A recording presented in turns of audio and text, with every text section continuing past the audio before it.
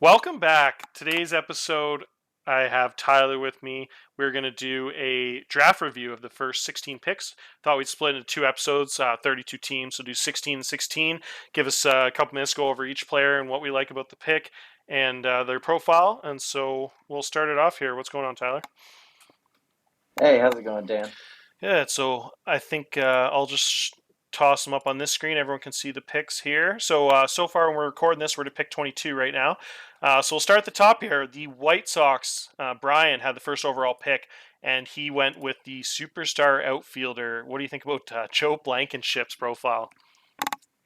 Yeah, no, I mean pretty much everything you look for when you're picking at 1-1. Whether he sits in center field eventually is probably the only question mark about him, but about as five tool as it gets. We'll hit for average, we'll hit for power, runs the base as well. Anytime you look at a college guy and the stat line looks like some of the best high school batters, it's just an elite talent. So right up the road from me in Murfreesboro, but yeah, about all you can ask for in 1-1. I think it was an easy pick for Brian there, and it's a good piece to build around for the future for the White Sox. Yeah, such a standout. I actually had never paid attention because I didn't think he'd fall to me anyways. So I didn't look at him that hard. I just essentially knew he was going to be a top three pick at all times. I was like, okay. But he hit 342 his junior year, which is absolutely outrageous for out of the park standards. I know in real life there's a few guys that do that each year, but when it comes to out of the park, very few guys hit over 320, even like the 80 contact tool guys. So that's a ridiculous stat line with all those home runs too. So that is a really cool pick because I know you don't want to like stuff never really goes according to plan when they're that far away, especially like in baseball. It takes like 2-3 years in the minors, but the idea of having potentially Mike Murphy still around in a couple years and Blankenship in the same outfield is pretty scary, I think. But the odds of that probably aren't super high with Murphy being a little too valuable for a rebuilding team. But we'll see. It's always a chance he's still around there. So that is a pretty nasty talent. Second up, we got our hockey boy Bobby Orr. For all you Americans that don't follow hockey at all, Bobby Orr is considered the second best hockey player in the history behind Wayne Gretzky. Some people even say he's better. Bobby Orr's profile is pretty nasty for a shortstop bat. What do you think about his profile overall? Dan?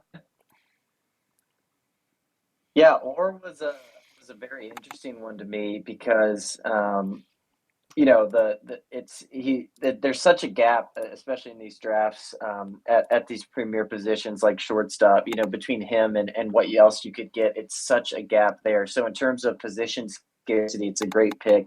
It's someone I probably had penciled in more in the 10-15 range, but totally understand, especially at such a high premium how shortstops are. He has the ability, as it looks now, to play the position pretty well. We have some really good defensive shortstops in the majors, but he should be able to hold his own there.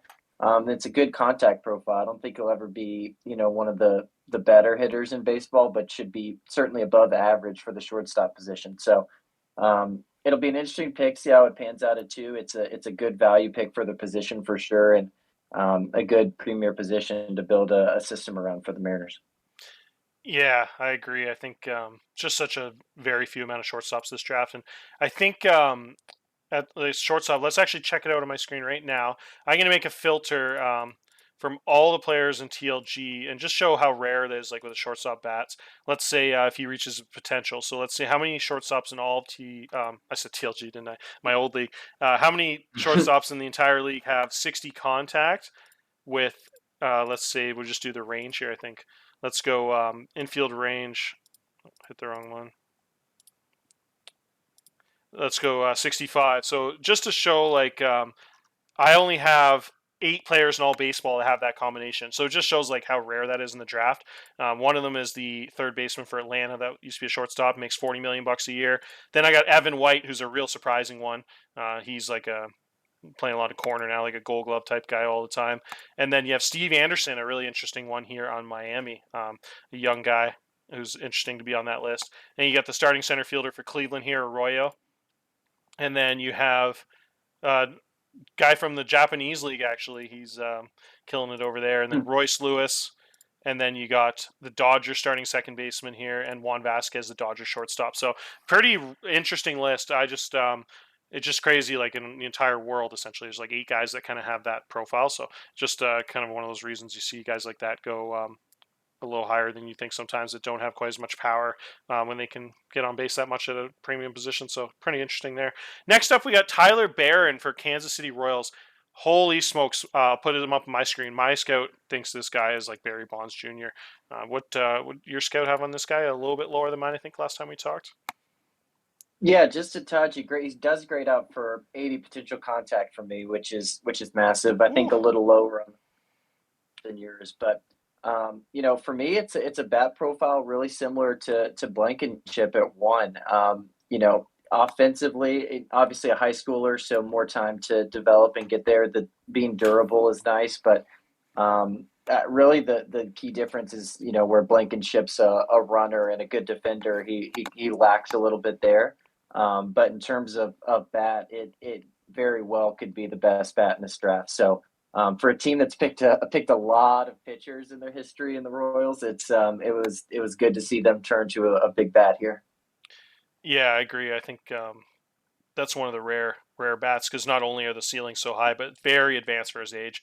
35 in avoid and contact is a really nice combination for an 18-year-old turning 19 soon. That essentially means he should be able to mash and rookie right away. As soon as that home run and eye develop a little bit later, he'll just be a force. So love that.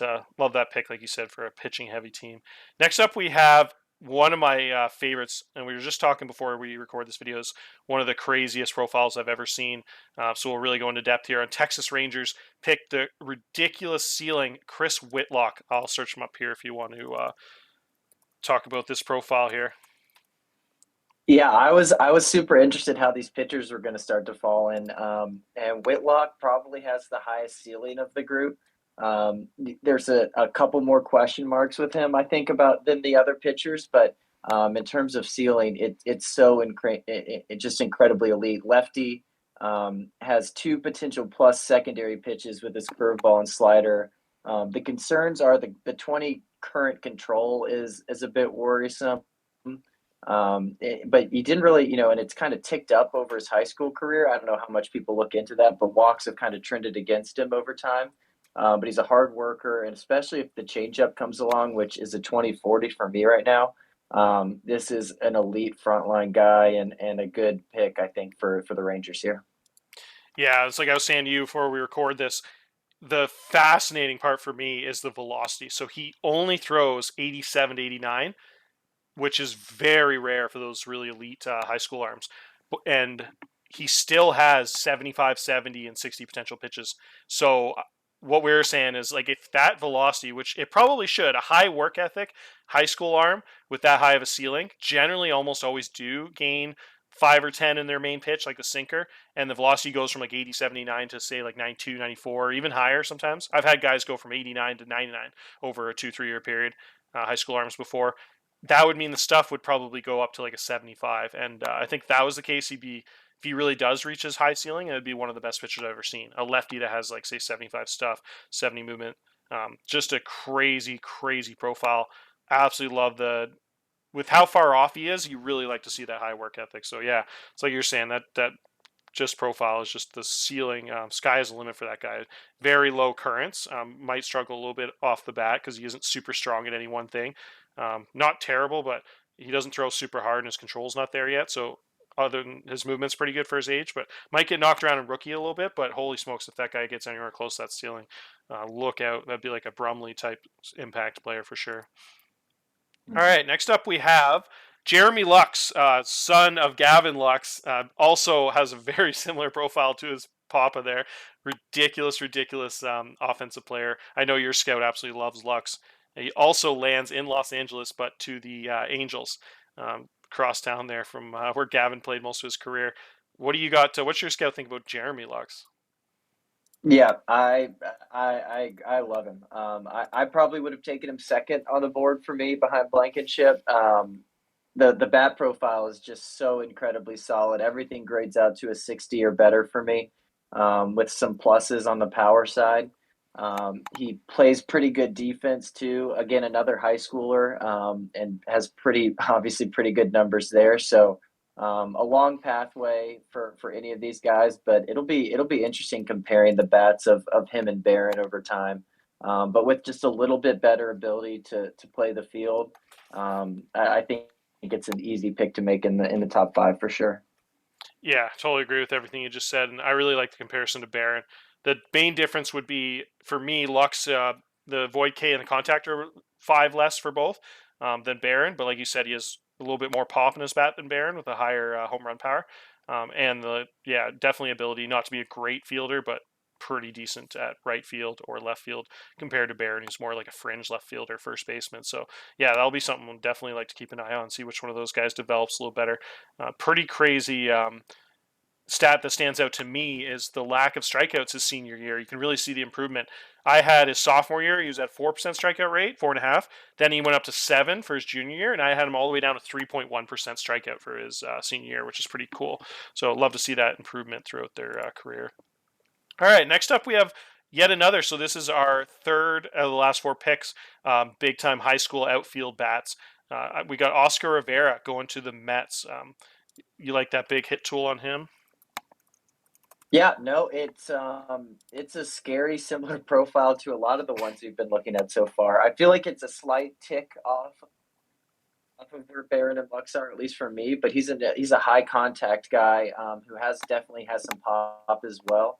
The eyes really the only troublesome thing in his profile, but should hit the crap out of the ball. Play a fine enough left field or first base. Actually, play a really good first base if he ends up there. But another one of these kind of big corner bats, high schoolers, three of them here right in a row early. That should be interesting to see how they pan out and develop. Yeah, that's a good point. At the time of the draft, I didn't really clue into all those high school outfielders. I just was more focused on the picks coming. But yeah, three really similar profiles. You're right. And the big difference for me that's pretty nice is eight. Not only is he durable, but the low signing bonus. The other guys were both very expensive, like $6-7 million guys. So you should save a little bit of money. I know we start the draft early.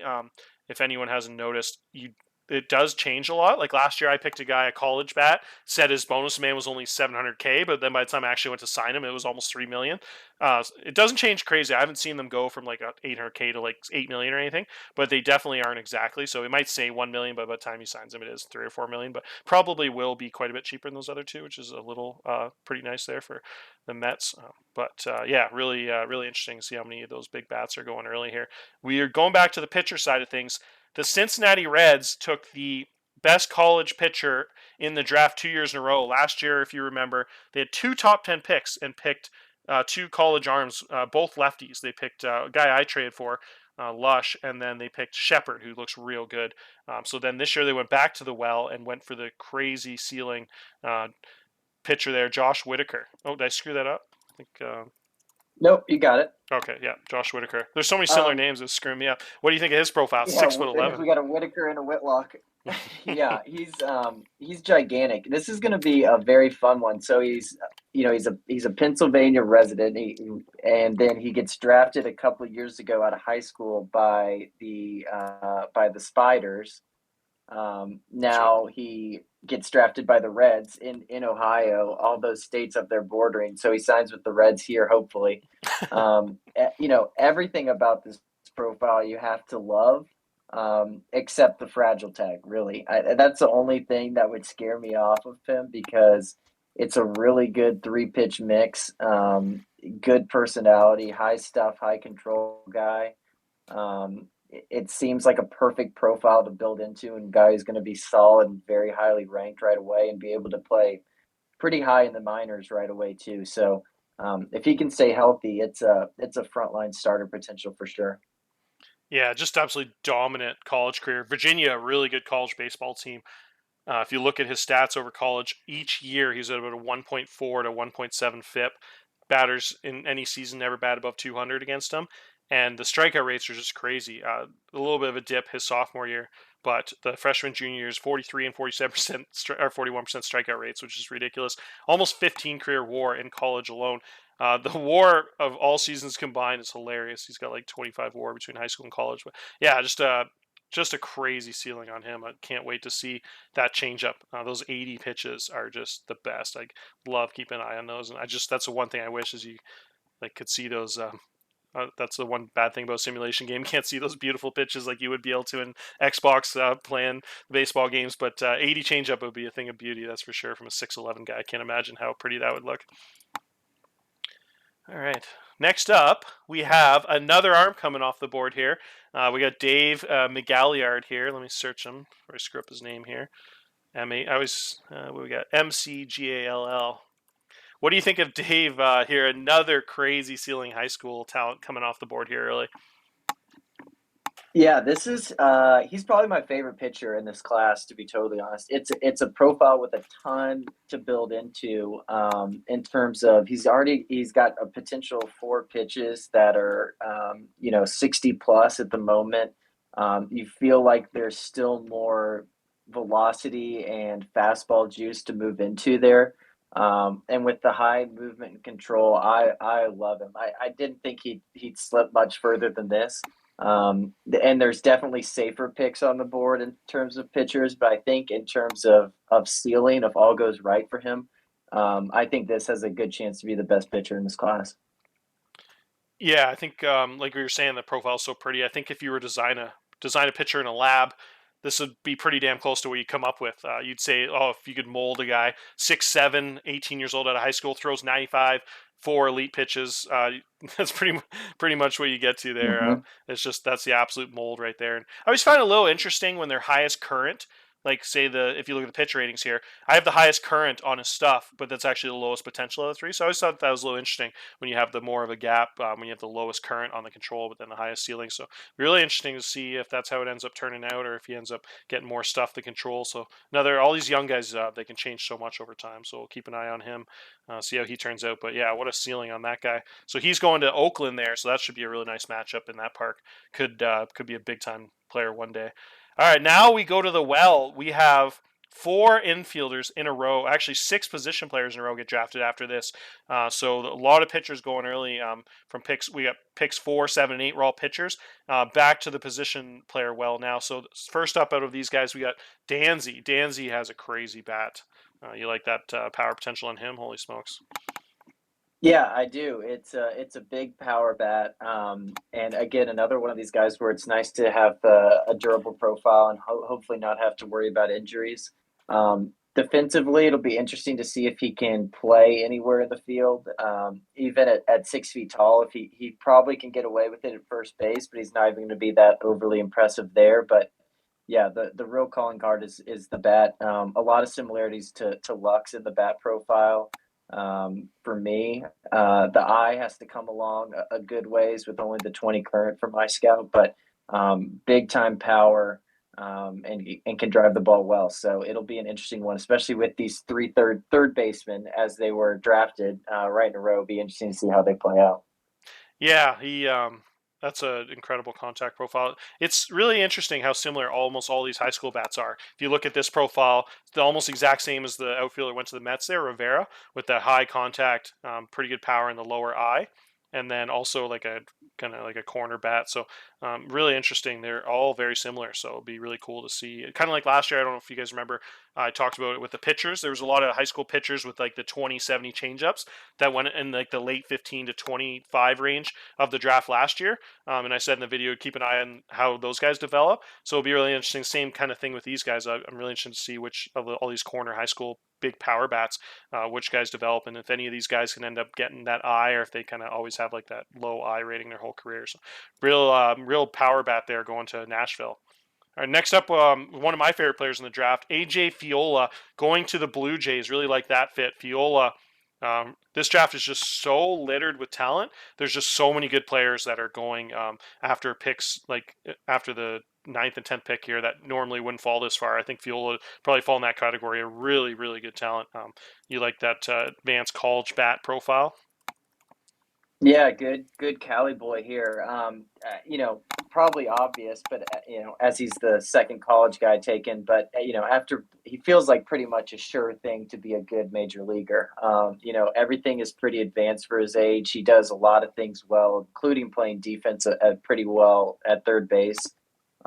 Should hit the ball hard in a lot of different directions. You like that he's a line drive hitter, obviously, and has put up really good college numbers at UCLA. So Maybe not the ceiling that some of the high school bats have had, but he's a guaranteed, going to be a starter at third base, it feels like for them. So really like the pick for the Jays. Yeah, I think that'd probably be one of my hot takes from this video. Is I was really surprised this guy fell out of the top four. I thought this guy was a pretty big shoe in for the top three or four picks. Like so rare to find a really good third baseman like that. And everything about this profile is pretty much I like. He's a line drive hitter. I don't like the extreme pull. That's probably the one weakness with the bad base running that can probably lead to some lower batting averages than you would think with the contact. But everything else, like the spray fly ball with 70 gap, the line drive hitter with the high gap, the guy's just going to mash doubles. The guy has such advanced contact and void K. 23 home runs at UCLA, like you said, good stats. Junior year led the nation. 23 is a lot. Most of the big power bats get 15 to 18, so really like an outlier there. Only about one guy a year usually in the drafts get over 20, so 23 is a phenomenal number. He is older. He's 22 already, but yeah, just incredible. I think that guy has a very, very high chance to be like a 6-7 WAR guy, like Alex Bregman type. 65 contact, 60 power I have on him, which is a lot higher, I think, than Tyler. Your scout only had, what, like a 50 or 55 power on him? So we'll see if he's as good as my scout says. I think he's going to be an absolute star. So absolutely love that pick to Toronto. Next up, we have another booming high school bat. This guy is really impressive. What do you think of Sam Geer? Yeah, good Tennessee boy here. I think I would have taken Gear over the two before him personally. I really like he's a big dude and he's got a huge arm at third as well. So I think he should play the position. Those low range ones are always a little iffy, but with a 75, I think he gets away at the position pretty well. I love the bat and the offensive profile. He's over 4 years younger, right, than Feola above him. So obviously a very long pathway for him compared to some of those guys above him. But I'm a big fan of this pick and think it was a good steal outside of the top 10. Yeah, I agree. I think this is one of my favorite fits in the draft so far. I know that San Diego has those huge gaps, a lot of doubles there. It's a little harder to hit home runs, but big outfield with 80 gap power, man. This guy is just a beautiful fit there. I think he's just going to mash so many extra base hits. And there's been, what, three guys in this draft already that have the 2045 eye so far. Rivera, and Mm-hmm. I forget the other guy's name. This Danzi was it, and then this guy. So that 20i at the high school level is always the last thing to come along. So another guy to keep an eye out, see which one of those guys gets their eyes first. But when their contact's really good, it doesn't matter as much. But holy smokes, that gap power just jumps off the page at me. Can't wait. Really reminds me of Chris Bryant, or if you're going a little younger, the real life Jordan Walker profile, almost the same profile, both really athletic third baseman types, huge arms, pretty adequate runners for how big they are, and both have just monstrous power. So it'll be really interesting to see if Gear can stick around and develop there. Just a monster ceiling. All right, next up we have another really interesting player. I know a bunch of people were talking in the chat about this a few minutes ago. Amari Chalmers. This guy is so cool, and I'll let Tyler here talk about his history here, going undrafted a couple years ago. Yeah, yeah. How crazy, right? Goes undrafted in our drafts out of high school. Goes and plays at Washington State from Idaho. So maybe we didn't have the most up to date scouting reports on him, but yeah, he was so intriguing to me where he'd fall in this class because it's a profile that you see do really well with the high contact and the high power. Now, I saw what Niles wrote regarding him having 70 power and 60 eye, and my scout isn't quite there. That makes it a little less trendy and a little more of a sure thing if that's where he ends up. But the questions are really going to be about the where he slots defensively. For a guy who they list as not a hard worker, just like the improvement in his college stats over the years has just been insane. If he can get away with playing second base, which he probably can if he hits his current batting potentials, that'd be great. He could also probably play a really good first base, so that's an easy backup plan, especially if the bat plays. But yeah, this is going to be a really interesting one for me because he's super polished as well too. We see a lot of 40 and 45s across the board in his current, so he's going to be ready to go pretty soon, and it'll be interesting to see how he performs in the minors this year. Yeah, and I'll add in. I think he can play a really solid left field. I got a 45 range, 55 air on him, so I think unless you have a massive stadium, I think he could be a really good fit in left field there for how big his bat is. On top of being able to play a pretty good first base, really, I'd say almost elite first base, 50 range, 6'2", probably be like a 70 defender there. So yeah, really interesting. But if you got any better in defense, look out. The guy has such a cool profile. I just see if I was to do like a pros and cons list, I got about 13 pros and like maybe one or two cons. The only bad thing I see is a low work ethic, and then but everything else just is so cool. That my probably one of my favorite ever profiles, like you said, with the trend up from high school to college, how much better he got when he was undrafted out of high school in the 2029. Dude had 2020 power and it's 35 65 now. Just an absolute radical like TCR type jump, just incredible. Um, the guy is just good at all the stuff I like he's a good base runner and has that low demand. He's durable, just absolutely like green flags across the board. Other than that one, very few red flags there, and so just really interesting too. Is so many guys in this draft have had that like 20 eye, like three or four of those high school guys like 20/40 eye. So it's really so different to see like the difference between these high school and college bats sometimes, how different along they are in their career paths. And 45 current eye is almost pretty much good enough to play in the majors right now. So just a really radical improvement. It's so funny seeing the home runs go from one his senior high school to five his freshman year, 12, and then all the way up to 15. And you just see those walk rates going up 6, 7, 10. The strikeout rates going down 13, 10, 9. Just an absolutely beautiful linear progression there out of him. So such a cool story and profile. Next up, we have Chris Altieri there going to the Miami Marlins, a dude that can play a really high level center field and second base. Do you like him at both spots there too? Yeah, no, I think he can really be kind of a Swiss Army knife. Second, he can play third well. Play corner outfield spots if needed at like an elite level.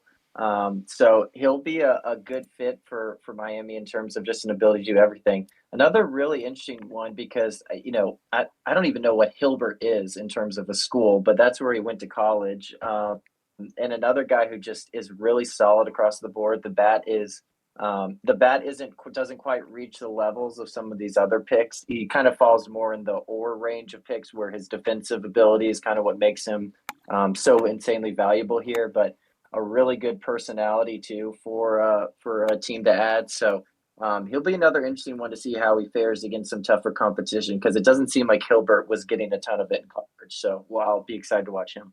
Yeah. And the crazy thing is, it doesn't. I would say it happens more often than not, but there's always a decent possibility.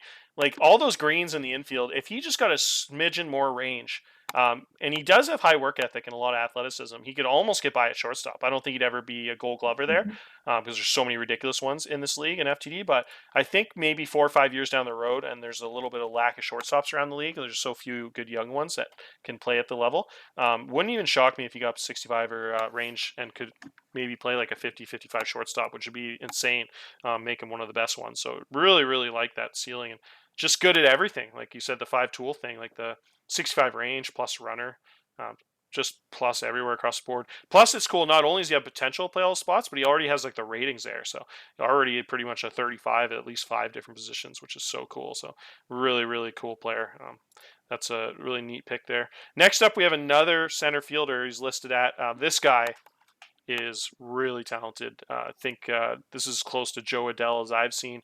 Mike Grace going to the Yankees, which I think is a really good fit. When I think of Yankee center fielders, you think of a lot of guys with power, right? Like Aaron Judge plays there now. Bernie Williams had a crazy bat there. You go way back in the day, obviously, the old 60s, and you get all the Hall of Famers. So it's just a really cool fit. Mike Grace there going to the Yankees. Yeah, it makes me sad for Wichita State because they had both him and Rivera committed next year, so that was going to be a crazy outfield. Woo! But um, yeah, it's this is about as high ceiling of a pick as it gets, at least for me.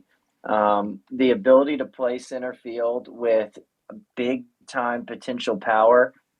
He has a ton of growing into his profile to do, a ton. But it's if it hits its peak, it's an elite center fielder, one of the best we could see. So another one I was surprised maybe that it fell as far as it did, but Think it's a great pickup, and like you mentioned, it feels a very similar to a lot of center fielders in Yankee history. So I like it a lot. Yeah, the high work ethic again. It really you like to see that when they're so far away from their ceiling. Really helps the chances. I'd say, absolutely beautiful profile. I think I'll go back to the search function here. We're gonna make a custom filter, and I'm gonna go. How many guys do you think have? Let's see here. We're gonna go to power potential, and we're gonna make it 65, and then we're gonna go outfield range, and we're going to make it 65. And how many guys do you think we have on this list? Oh, sure, I'm in the short list. Yeah, in the entire league, Yeah, I can't. that's Sang tough. is the only one I can think of. I think. Yeah, there's some pretty there's some pretty good center fielders in FTD, so it actually isn't as small as I thought. It is 17 players, but every single player on this list is an absolute star. We have the Nashville center fielder, really weird profile, 35 contact, 70 power. He's like a 3.5 WAR player last year, 35 contact, which is probably insane. So that's like a 3.5 WAR guy. Then we won't count these guys; they're like 15, 16-year-olds that don't have good profiles. So really, you could literally take this list all the way down to about 13. We have an elite complex prospect for Boston. And then we have Cody Bellinger. Mike Wright, a second round pick out of high school last year, had a huge power jump for Seattle. Mhm. Drafted him at 35 powers up to 45. Really high ceiling here. And then you have Grace, who just went. We have George Harrelson here, the center fielder for Houston Astros. I got 40 contact on him with 65 power and huge gap power. He had 4 WAR last season for Houston as a starting center fielder. Blankenship, the first pick. So you got two guys jumping the league with that 65 power center field ability. Then you got Kansas City here, has that Hector guy at left field. He had a couple straight pretty good seasons there with over 2 WAR. Faulkner, who we talked about, one of the best players from the draft last year, Loved huge him. ceiling, Yep. 70 range, 65 power. And then you got the Detroit left fielder there. Aguero can kind of play center field. He's playing left field right now because they got Pache. 4.6 WAR last season on World Series runner up there. Then you got Mitch Drew, a ridiculous. Oh, he's up to 65 range. I had him at 60 before. Holy smokes. Mitch Drew is a monster. I think I had him first or second. I can't remember for my rookie of the year. I can't remember if I picked him or went with somebody else. I think I went with Ruiz for Cleveland. Then you got Steve Richardson on Pittsburgh, the elite center fielder. And then Marcus Lee Sang, an elite multiple time MVP, and then Joe Adell. So that list is pretty incredible. So, like you said, that's why I think when you said earlier, like one of the highest ceilings you can have because of this, is you see every single player on this list is like a ridiculous talent. So, just crazy talent to get that late in the draft, which most drafts you'd never get a guy that good 14th overall, but this draft had so much elite talent. The guy falls to the Yankees, so what a monster pickup there, and love that fit. So enough time on him. We're on to my pick now. So what did you think? I won't be biased here. I'll let you take the reins on this one. The big high school arm, Eric Bell. Yeah, I feel like I've touched on how a lot of guys have slipped, but I think it's the same story with Bell, where I thought he'd go in the top 10 for sure. It felt a lot like how Wood for Montreal slipped so much last year as a high school arm.